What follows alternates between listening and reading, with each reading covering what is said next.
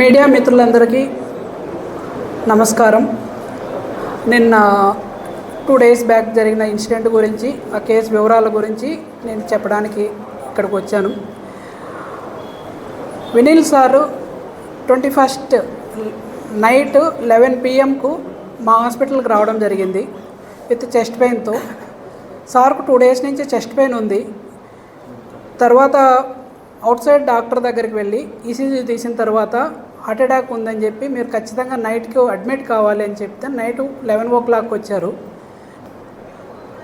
11 o'clock వచ్చిన తర్వాత ECG echo troponin I చూసి అది హార్ట్ అటాక్, ఖచ్చితంగా మీరు అడ్మిట్ కావాలి సార్ అంటే, సార్ మేము కానీ అందుకే వచ్చాం సార్ అని చెప్పి హ్యాపీగా చెప్పారు. మార్నింగ్ వరకు బాగున్నారు. యాంజియోగ్రామ్ చేశాము. లాంగ్ సెగ్మెంట్ డిసీజ్ ఉంది. మోర్ దాన్ 95% బ్లాక్ ఉంది.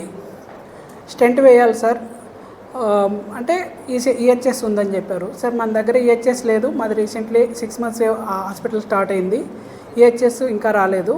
మనకు 3 హాస్పిటల్ ఉన్నాయి సార్ దగ్గరలో, ట్రస్ట్ కానీ, మెడికవర్ కానీ, అపోలో కానీ మీకు చూస్ చేసుకోమని చెప్పాము. ఒక 5 minutes టైం ఇవ్వండి సార్, మేము బయటగా ఈహెచ్ఎస్ చేర్చుకోవాలా, ఇక్కడ చేసుకోవాలా అని చెప్పారు. వచ్చిన తర్వాత మేము బయటికి వెళ్ళదలుచుకోలేదు సార్, మేము ఇక్కడే చేసుకుంటాము, ఎంతకో కొంత తక్కువకు చేయండి సార్ అండి.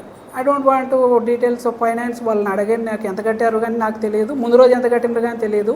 కాకపోతే తర్వాత నేను తెలుసుకునేందంటే at the time of admission 20,000 rupees వాళ్ళు డిపాజిట్ చేశారు. ఆ తర్వాత నేను అసలు మిగతా ఫర్దర్ డీటెయిల్ ఫైనాన్సెస్ గురించి కానీ ఏం మాట్లాడలేదు. ఆ ఉండే సిచ్యుయేషన్ బట్టి మేము స్టెంట్ చేయడం అయింది. స్టెంట్ కానీ చాలా ప్రాపర్గా with in 15 minutes total procedure is complete. Happy, patient హ్యాపీగా ఉన్నారు, అంతా మంచిగా ఉన్నారు. మాకు కానీ ఎక్కడ కాంప్లికేట్ వస్తుందనే ఆలోచన కానీ లేదు. ఈరోజు ఒకరోజు ఫస్ట్ 1% స్టెంట్ థ్రాంబోసిస్ ఛాన్స్ ఉంటుంది madam.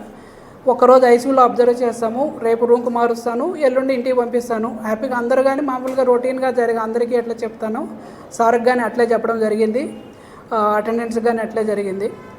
Unfortunate thing with in 40 minutes patient మళ్ళా చెస్ట్ పెయిన్ వచ్చింది. నా కళ్ళ ముందే మామూలుగా పెయిన్ వస్తుందంటే పైకి వెళ్ళాను.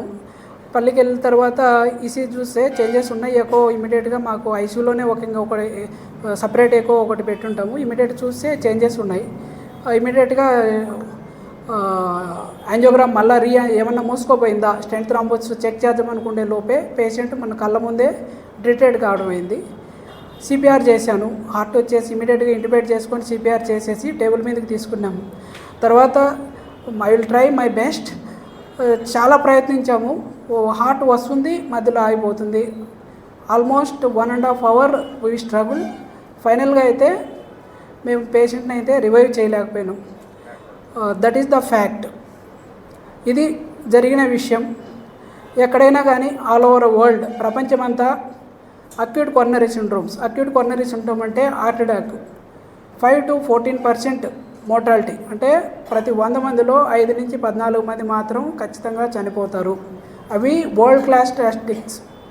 స్టెంట్ థ్రాంబోసిస్ అనేది 1 to 3.3% స్టెంట్ థ్రాంబోసిస్ ఉంటుంది. ఈ రకరకాల కారణాల వల్ల మోర్టాలిటీ అనేది 5 to 14% అక్యూట్ కొరోనరీ సిండ్రోమ్లో ఉంటుంది.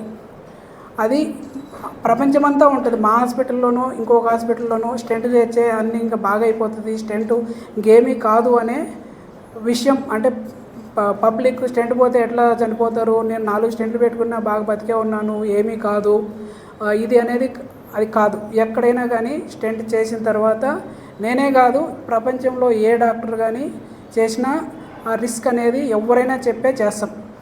బట్ అందరు పేషెంట్లను మనము సర్వైవ్ చేసుకోవాలనే చూస్తాం తప్ప వేరే విధంగా మనకు పేషెంట్ డిసీజ్డ్ కావాలని కానీ ఏ డాక్టర్ కోరుకోడు. మనం చదువుకునేది, మనం చేసింది, ఇన్ని రోజులు కష్టపడింది, ఇన్ని రాత్రులు నిద్ర మేలుకొని ఇప్పటికీ మామూలుగా అందరి మాదిరి హ్యాపీగా మినిమం దీంతో చూసుకొని ఎమర్జెన్సీలు ఇన్ని రాత్రులు కష్టపడాల్సిన అవసరం లేదు. హ్యాపీగా ఏముంటుంది, మామూలుగా మనిషి బతికేదానికి 1 lakh సరిపోద్ది. ఏ పని చేసుకున్నా కానీ అంత సంపాదించుకోవచ్చు. కాబట్టి కొన్ని అన్వాంటెడ్ థింగ్స్, అంటే డబ్బుల కోసం చేశారు, పేషెంట్ కేర్ తీసుకోలేదు, చూడలేదు, అంటే అది కామన్గా వచ్చే టర్మ్స్ పబ్లిక్ యాంగిషన్ మీద ఉండొచ్చు. బట్ మీ అందరికీ నేను చెప్పదలుచుకునేది ఏంటంటే ఎనీ అక్యూట్ కొరోనరీ సిండ్రోమ్ ఈ నేను చెప్పిన ఫిగర్స్ మోర్టాలిటీ అంటే మనిషి చనిపోవడం అనేది 5% అనేది ప్రపంచం అంతా ఉంటుంది, ఇక్కడే కాదు ఎక్కడైనా ఉంటుంది. తర్వాత థింగ్స్ ఏం జరిగినాయి అనేది నాకంటే మీకే తెలుసు, మీరు నిర్ణయించుకోండి ఏంటనేది. ఇది జరిగిన వాస్తవం.